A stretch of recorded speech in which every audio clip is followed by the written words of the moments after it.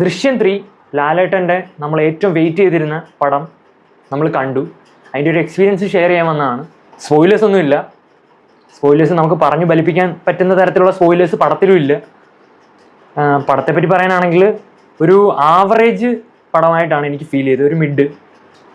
കാരണം ഇതിൻ്റെ ഈ ഫ്രാഞ്ചൈസിലെ ആദ്യത്തെ 2 പടങ്ങളെ വെച്ച് നോക്കുമ്പോൾ ഇത് അത്രത്തോളം ഒരു വാവ് ഫാക്ടേഴ്സ് തരുന്നൊരു ഈ പടത്തിൻ്റെ ഈ ഫ്രാഞ്ചൈസിൻ്റെ തന്നെ ഒരു പ്രത്യേകത, നമ്മൾ ആ ഒരു എക്സ്പെക്റ്റേഷനോടാണ് പോകുന്നത്.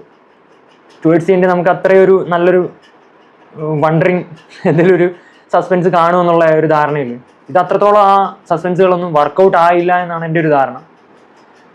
അതുപോലെ തന്നെ ഇതിലെ പല ക്യാരക്ടേഴ്സും ഹൈപ്ഡപ്പായിട്ട് കൊണ്ടുവന്ന പല ക്യാരക്ടേഴ്സും ടുവേർഡ്സ് ദി എൻഡ് ക്ലൈമാക്സിനോട് അടുക്കും തോറും അവർക്ക് വലിയ പ്രാധാന്യമില്ലാത്ത പോലെ, അവരൊക്കെ ആ കാണിച്ച അത്ര ഹൈപ്പിനനുസരിച്ചിട്ട് ടുവേർഡ്സ് ദി എൻഡ് അവർക്ക് പ്രാധാന്യം കൊടുക്കാത്തത് പോലെ ഫീൽ ചെയ്തു. അതൊക്കെ സ്ക്രീൻ പ്ലേയുടെ ഒരു കുഴപ്പമായിട്ട് തോന്നി. പിന്നെ മാക്സിമം പിന്നെ എന്തൊക്കെയാണെങ്കിലും നമ്മൾ പടത്തിന് ടിക്കറ്റ് എടുത്താൽ വെറുത്ത് തന്നെയാണ്. കാരണം ലാലേട്ടൻ്റെ ആ സ്ക്രീൻ പ്രസൻസും കാര്യങ്ങളുമൊക്കെ പടത്തിൽ പക്കയാണ്. പടത്തിനെ ചിലപ്പോൾ ഒരുപക്ഷെ നമ്മുടെ എക്സ്പെക്റ്റേഷൻ കൊണ്ടാവാം ആദ്യത്തെ 2 പടം ഇപ്പോഴും എൻ്റെ ബെസ്റ്റ് എന്ന് പറയുന്നത് ദൃശ്യം 1 തന്നെയാണ്. അതിനെ കോമ്പീറ്റ് ചെയ്യുന്ന രീതിയിൽ ബാക്കി ഇറങ്ങി ഈ 2 പാർട്ടും എത്തിയിട്ടില്ല. അതിൻ്റെ ആയിട്ടുള്ള പോരായ്മകൾ 2ലും ഉണ്ട്.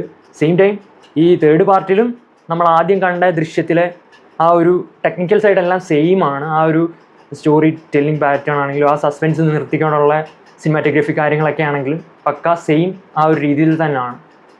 പിന്നെ എന്തായാലും ഇതെൻ്റെ ഒരു പേഴ്സണൽ എക്സ്പീരിയൻസ് ആണ്. നിങ്ങളെന്തായാലും പടം കാണണമെന്ന് ആഗ്രഹമുണ്ടെങ്കിൽ ഉറപ്പായിട്ടും കാണുക. പടം മോശമൊന്നുമല്ല. എന്തൊക്കെയോ ഉണ്ട്, ചിലപ്പോൾ നമ്മുടെ എക്സ്പെക്റ്റേഷൻ മീറ്റ് ചെയ്യുന്നില്ല എന്നുള്ള ഒരു കുഴപ്പമായിരിക്കാം. എല്ലാവരുടെയും അഭിപ്രായമല്ല.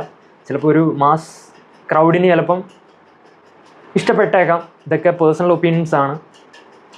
പേഴ്സൺ ടു പേഴ്സൺ വേരി ആവും.